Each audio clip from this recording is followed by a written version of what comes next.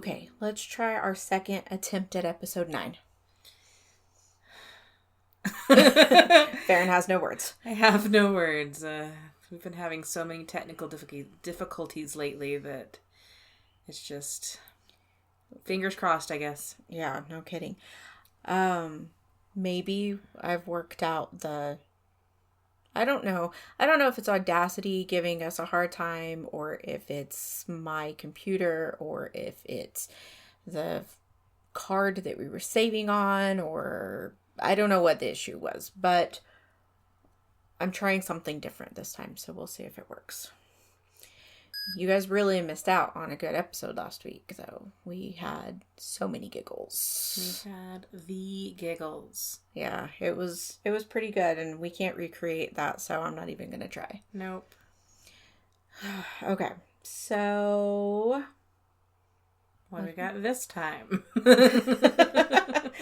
Well, let's see. Last time I tried ghosts, right? Yes. Yeah, it was ghosts. We tried to do a haunted place last time. Yeah, this time I'm doing a mysterious death.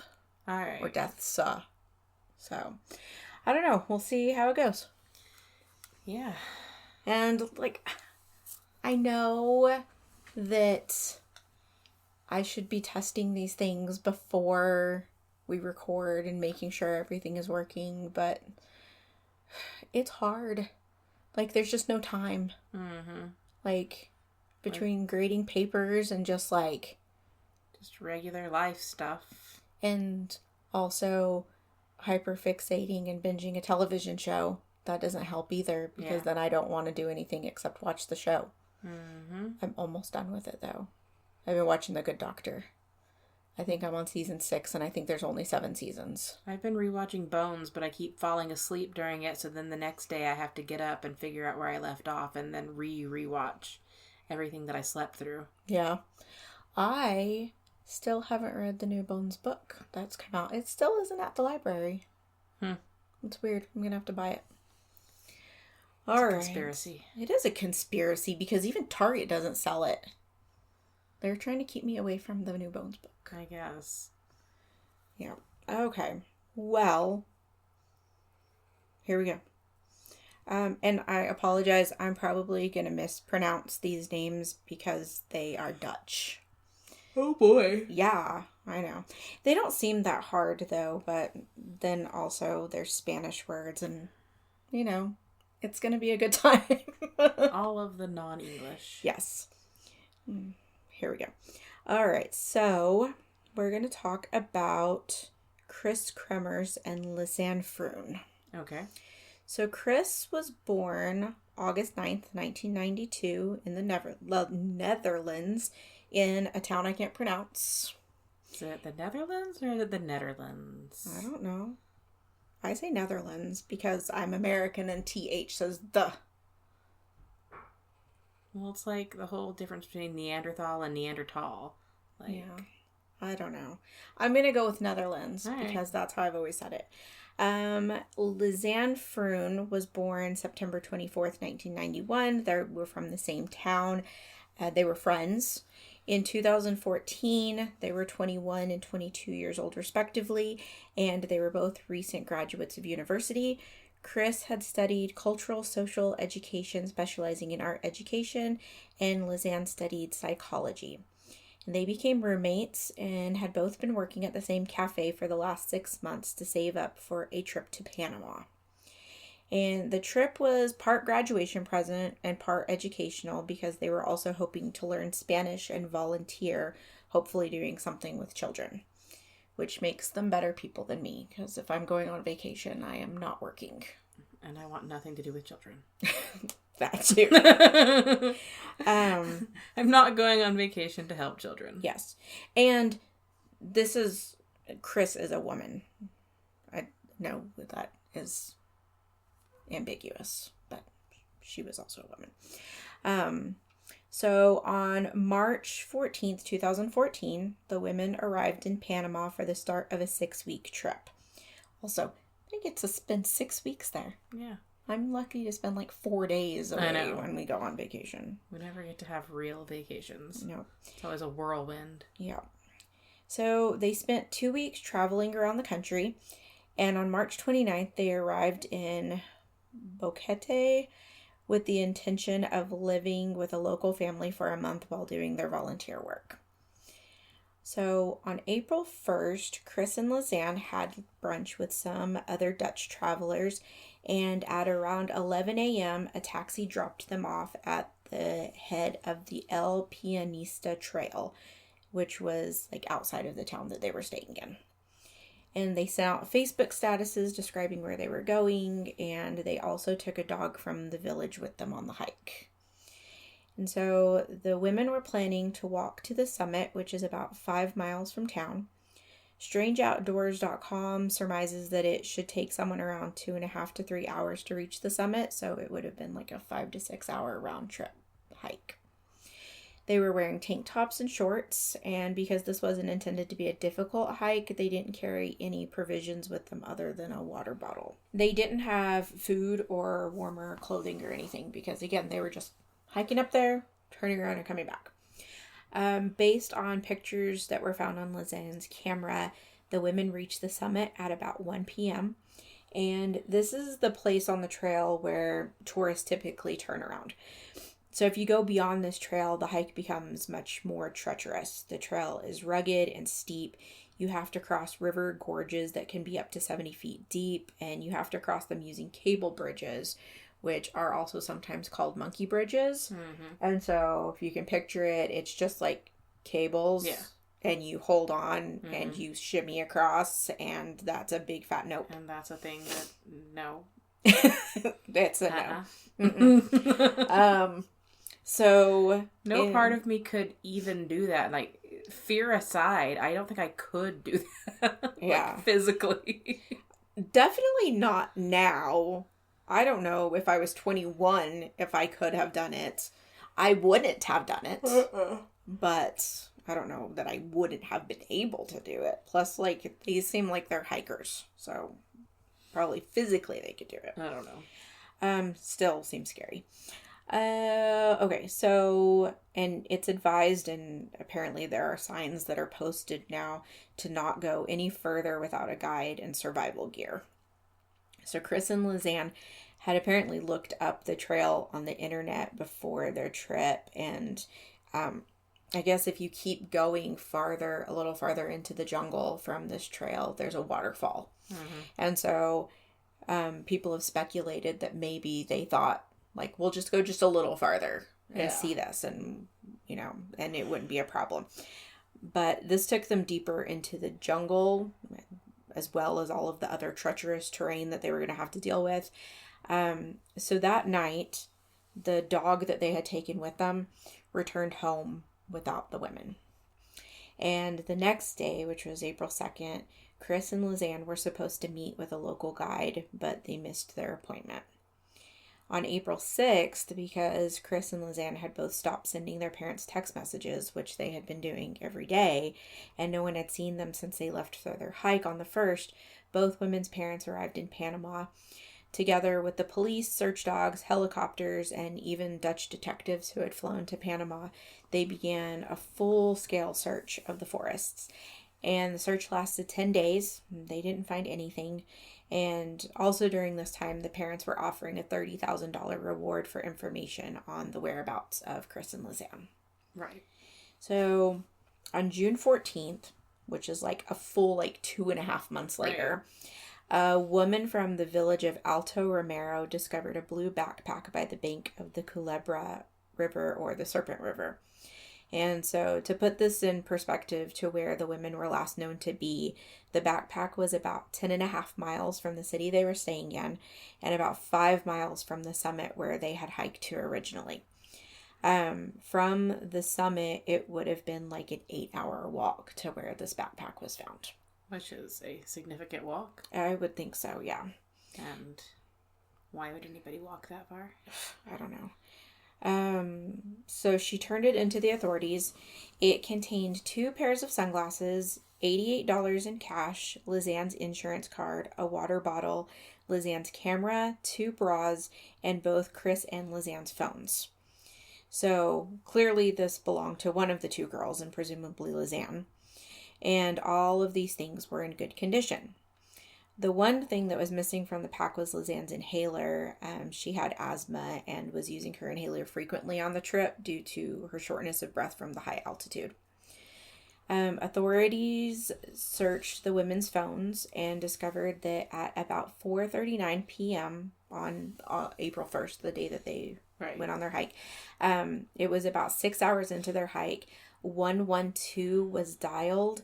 So this is the international emergency number that's used in Panama. And then they also tried to dial 911. And the first call was made on Kris's phone. And then at 4:51, another call had been made from Lisanne's phone. But because they were out in the jungle, they had no reception. And so neither call was successful.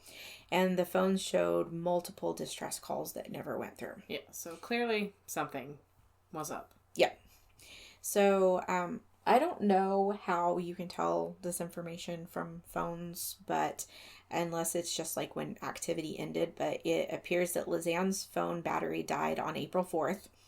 Kris's phone never made any more calls, but was turned on occasionally. I'm guessing probably in hopes of finding service, or maybe to use the flashlight. Between the 5th and the 11th, the phone was turned on multiple times, but without ever entering the PIN. And so this means that it was either turned on without entering the PIN, so like just, I guess like, I don't know, just turning the phone on, or a wrong PIN was entered. And so like it's speculated that this could have just been one of the girls not knowing the other's PIN, but attempting to use the phone. It could have been something more nefarious. But I was thinking maybe they didn't need to turn it on all the way. So this phone was an iPhone 4. And I can't remember my iPhone 4 very well because it's been like a zillion years. 12 phones ago. Because I know like on our phones, you don't have to unlock it to turn the flashlight on. And so I can't remember if you would have had to unlock the phone to turn the flashlight on then too, because it's just been too long since I remember that, but maybe that's what they were doing. The last time it was turned on was at 10:51 a.m. on April 11th, and it was turned off for the last time at 11:56 a.m. And one source said that 77 attempts to access the phone without the PIN were made between April 7th and 10th. And Wikipedia has this whole table, like chart thing made out of all of the dates of the phone activity for both of the phones. I'm not going to list all of them here, but on the first day, only one call was made per phone. So on April 2nd, so the next day, Lisanne had a Samsung Galaxy. It made 4 more attempts to call emergency services, and her phone was turned on for the whole night. And I'm guessing that they probably wanted the light because, I mean, they were in the middle of the jungle. Right. And there's all kinds of critters, and they also probably hoped that they would get service. And then on April 3rd, Kris's phone made its last attempt to call for emergency services. All other activity was presumed to be checking for a signal. On April 5th was when the access without the PIN began, and despite there still being 22% left on her battery, Kris's iPhone was turned off and never turned back on. So the other thing of value in the backpack was Lisanne's camera. And so she had like a Canon camera like the one you used to have.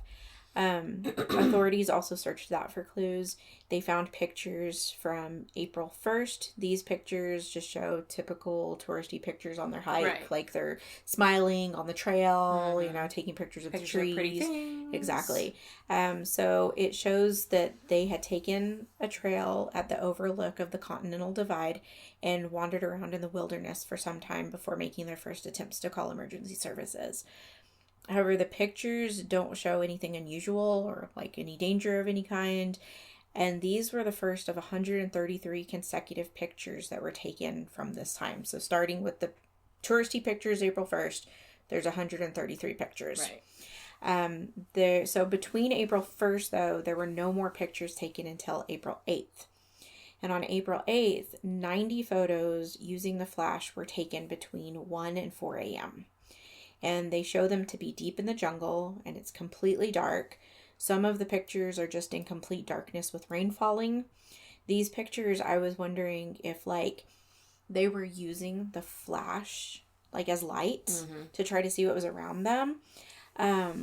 Because some of them were taken, like, seconds apart. Like, they were just, like, clicking it over and over. Another theory is that maybe they were trying to use the flash and the sounds to scare away an animal. In some of the photos, you can make out a river or a ravine. There's another picture that was weird. That was like, it seemed very Blair Witchy to me. Right. But it's a picture of like a twig, like a bigger twig, like sitting on a rock. And it looks like there's like pieces of like red plastic, like tangled up in it or tied to it or something. I don't know. It's really weird. I don't know. Like, it seemed like a deliberate picture because it wasn't just like blurry or anything. It was like they were taking a picture of it. In another picture, you can make out what looks like a backpack strap, and there's a mirror on another rock. So I was wondering if they were trying to use that to like get somebody's attention, you know, like flash the sun. Another picture shows it's just the back of Kris's head. So when you look at the picture, like, you just see blonde hair. And there's nothing else. Yeah. So perhaps on April 8th, they were both still alive. Because this was when that picture was taken. But regardless, all of it is super eerie. Another weird thing is that, you know how when you take pictures on a digital camera, it like numbers them? Right. And so they're sequential.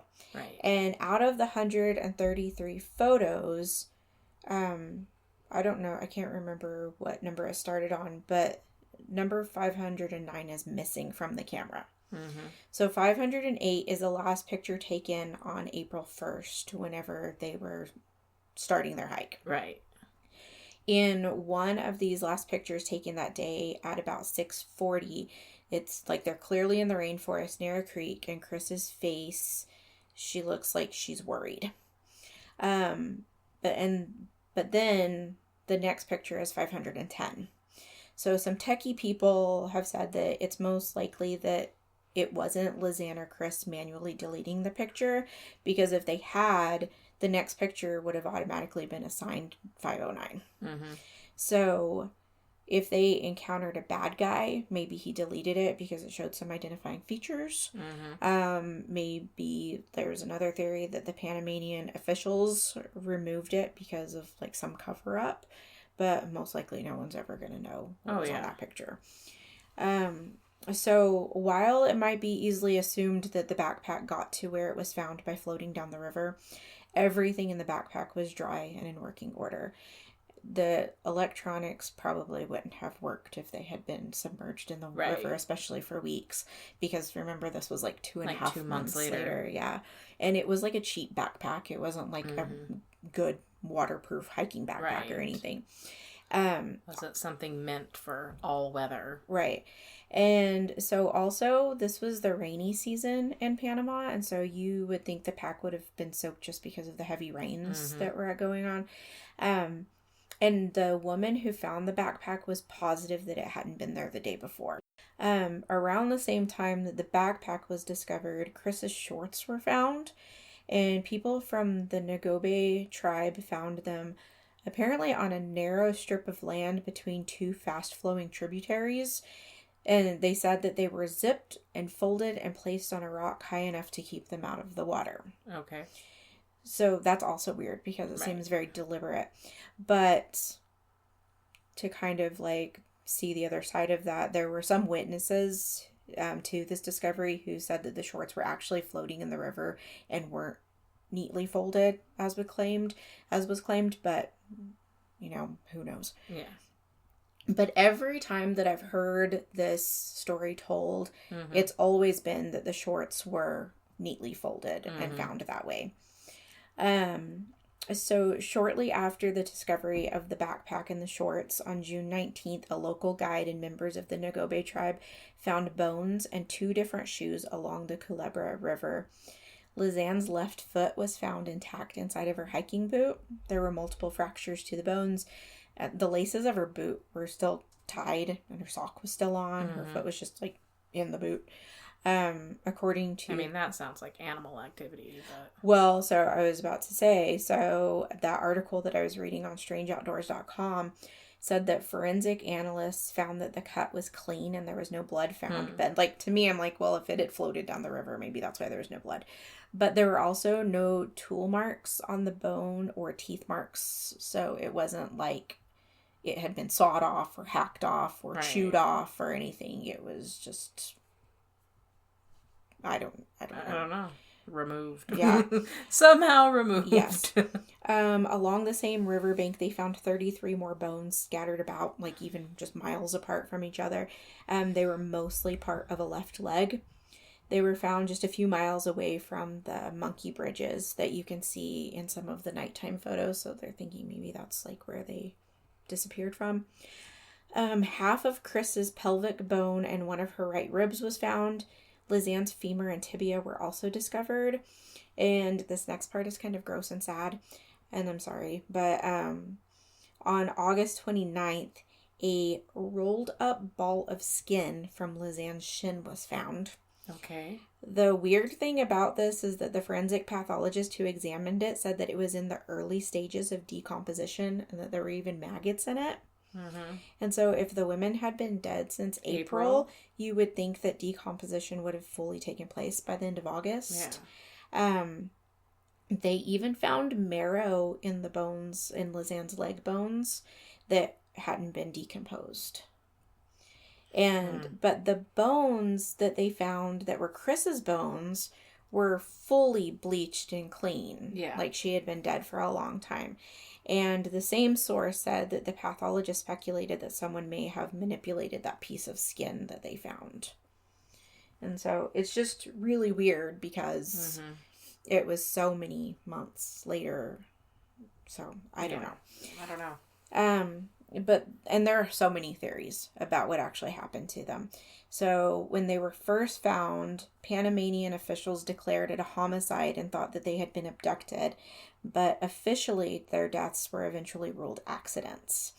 So some people think that Kris and Lisanne fell off the monkey bridges and washed on the river.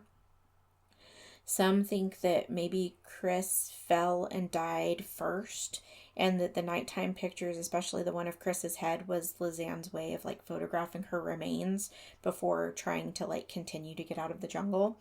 But then maybe fell and broke her ankle and just succumbed to exhaustion and starvation and the elements. And there's just so many unanswered questions and like so many weird things, because if they had met someone who hurt them, why was none of their stuff stolen? Right. Because they had phones and camera and, you know, $88 in cash. Like, why wasn't any of that taken? But if they hadn't met someone who hurt them, how did Lisanne's bag randomly show up in a rice paddy miles away and completely unscathed? Like, completely dry. Right. And why were Kris's bones, like showing signs of being dead all summer when Lisanne seemed freshly dead? Yeah. Also, from what I can discern from the different things that I read, none of the bones had any marks on them. Like, none of the bones did. And you would think that, like, if these women had just, like, succumbed to the elements or, like, fallen or something, that they would have, like, teeth marks from scavengers. Oh, right. And so, like, none of these bones that they found had any kind of markings on them. And one of the things that, like, I didn't even think of when I was reading the contents of the backpack, but then I saw it on, like a whole list of unanswered questions, was why were their bras folded and put into the backpack? Well, that was one of the first things that I thought when you were reading the contents. I was like, that doesn't really make any sense. Yeah. The bra thing didn't make sense to me. Right? So, like, I don't know why I didn't think that it was weird that their bras were in there to begin with. I was just like, oh, bras in a backpack. But, like, who brings extra bras on a hiking trip? Well, that was my thought. I was like, who brings extra bras to go hiking? Yeah. So, I don't know why their bras would have been put into the backpack. It's weird. Yeah. And then other than the 2 shoes, their bras, and the 1 pair of shorts, none of their other clothing was ever found. The rest of their bodies has also never been found, which, I mean, it's a jungle and they're a wild animal, so that could be why. And then Also, apparently, like, this is something that was kind of thrown in there. The taxi driver who had dropped them off at the trailhead died of suspicious circumstances about a year after the women disappeared. He was 34-year-old Leonardo Arturo Gonzalez, and he had apparently mysteriously drowned. And so some people think that he might have known what happened to the girls and someone killed him. But that's never been proven, and it could have just been a tragic accident and just like coincidental. Just be a weird coincidence. Yeah. But that is the tragic story about the mysterious death of Kris Kremers Lisanne Froon. Well, I mean, I've heard this story before. After you started, I've started remembering that I've heard this one before. But, but yeah, it's still creepy either way. Yeah. I mean, whether it, like, was indeed an accident, like, it's just, I know I've already gone through all of these. The backpack always freaks me out. Like, every time I've heard this story told, it's always like, how did her backpack just get where it was and was completely dry? And all of the electronics work. So it's not like it had been in the river and then it was out in the sun and it dried, because phones at that point were not water resistant like the phones are now. Right. You have to put them in a bag of rice, and even that doesn't work all the time. It doesn't necessarily help. A digital camera wouldn't have survived that. So I think the backpack is always the thing that I think is the weirdest part of the whole story, because it's like, how did it get there? Especially 2.5 months later, and it's just there and intact. And but then also, like, the bone thing, like, it makes you think that one of them might have been kept alive for an amount of time, like months, for the one to have, you know, obviously have been dead for months, and then the other to have, you know, evidence that they had been dead a lot less time. Yeah, like freshly dead. And so it's just bizarre, all of it. Like, I'm sad for their families because they're never going to know what happened to their kids, but. And it's like, could something weird have happened between them where one killed the other one? Yeah, I don't know. And then the other one, you know, found some way to survive in the jungle until she succumbed to her own. Or even just, like, the one theory was just that, like, maybe Kris fell and died. And then, like you said, the same thing. Like, maybe Lisanne figured out how to survive for a while before she finally succumbed. But it's also weird that, like, there weren't any, like, scavenging marks on their bones. And I don't know. It's all weird. It's definitely mysterious and creepy. Yeah, it is. Well, another mysterious and creepy thing is wondering if this one's actually going to make it to the platforms. Yeah. Fingers crossed. Everything crossed. All the things crossed. So remember, you can find us on social media at Twisted and Mysterious, or you can email us at twistedandmysteriousPodcast@gmail.com. And you got anything else? No, I think that's just about it. Okay, I'm going to go finish watching The Good Doctor. I'm going to go back and watch Bones, and yeah, I think that's about it. Okay. So remember that people are gross and don't get murdered. See you next time. Bye. Bye.